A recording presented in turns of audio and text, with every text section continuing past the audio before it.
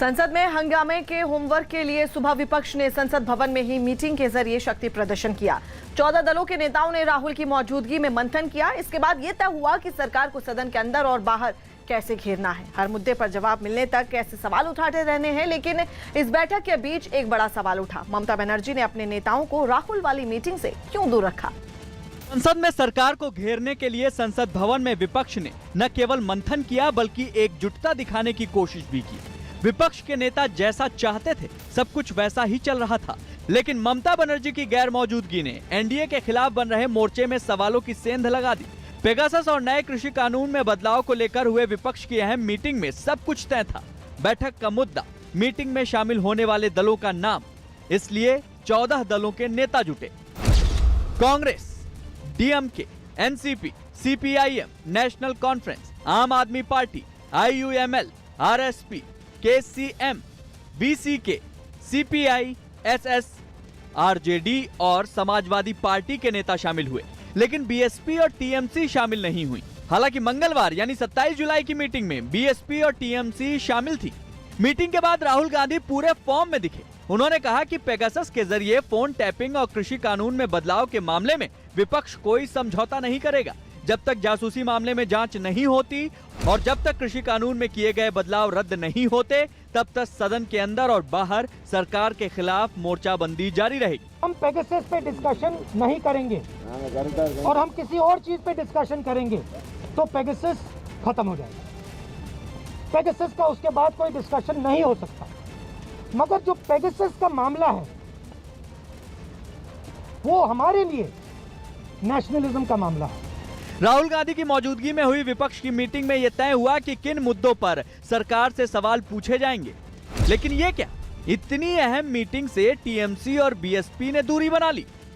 ममता बनर्जी तो दिल्ली में लगातार विपक्ष के नेताओं से मिल रही हैं, फिर टीएमसी नेता राहुल की मीटिंग से नदारद क्यों रहे? राहुल गांधी की मौजूदगी में संसद से लेकर सड़क तक सरकार के खिलाफ मोर्चेबंदी के बीच तृणमूल कांग्रेस का रुख हैरान करने वाला था। वैसे तो तृणमूल कांग्रेस पूरे विपक्ष को एक साथ लेकर चलने की बात करती है, लेकिन न तो विपक्ष की बैठक में और न ही विपक्ष के मार्च में तृणमूल कांग्रेस का कोई नुमाइंदा शामिल हुआ। इसको लेकर सियासी गलियारों में दिन भर चर्चा का माहौल गर्म रहा।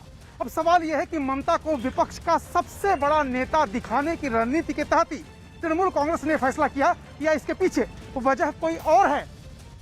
राहुल की मौजूदगी में हुई विपक्ष की मीटिंग से टीएमसी की दूरियों को लेकर कुछ सियासी वजह हैं जिनसे इनकार नहीं किया जा सकता। हालांकि टीएमसी सांसद डेरेक ओब्रायन ने सफाई दी है कि ममता बनर्जी के साथ मीटिंग की वजह से राहुल वाली मीटिंग में उनके नेता शामिल नहीं हो सके, लेकिन इस मामले की सियासी सच्चाई कुछ और है।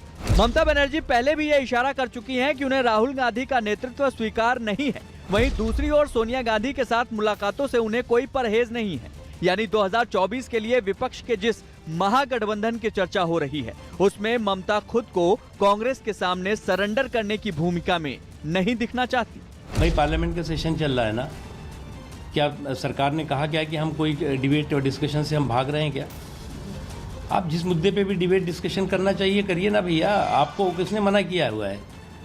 लेकिन आप तो जो है वो डिस्कशन नहीं बल्कि डिस्टर्बेंस करना चाहते हैं, डिस्ट्रप्शन करना चाहते हैं। और इस तरह के डिस्ट्रप्शन के ज़रिए जो है वो अगर उनको लगता है कि कोई बहुत बड़ा उनको लाभ होने वाला है तो वो उनकी गलतफहमी है। विपक्ष ने संसद भवन में बैठकर ये फैसला किया है कि वो पेगासस के मुद्दे पर चर्चा के बिना संसद को चलने नहीं देंगे। लेकिन सवाल यह है कि सरकार को घेरने की सियासत में उस आम आदमी का नुकसान क्यों किया जा रहा है जिसके हक की लड़ाई लड़ने के लिए सांसदों को चुनकर संसद में भेजा जाता है? राजनेताओं को सियासी टकराव के मुद्दों की ज्यादा चिंता है या जनता की? बांग्लादेश में रोहिंग्या शरणार्थियों के एक कैंप पर कुदरत ने ऐसा कहर ढाया कि 5 लोगों की जान चली गई, साथ ही कई लोग घायल भी हो गए। यह हादसा वहां के कॉक्सेस बाजार इलाके में हुआ, जहां पिछले कई दिनों से तेज बारिश हो रही है और इसकी वजह से वहां की जमीन खिसक गई, जिसने कई रोहिंग्या शरणार्थियों को न सिर्फ बेघर कर दिया बल्कि उनका सारा सामान भी तहस नहस कर दिया। रोहिंग्या शरणार्थियों के रहने के लिए जो झोपड़ियां वहां बनाई गई थीं, वो जमीन खिसकने की वजह से ताश के पत्तों की तरह बिखर गईं। लोगों के पास जो थोड़ा बहुत सामान बचा, वो उसे समेटने की जद्दोजहद में जुट गए।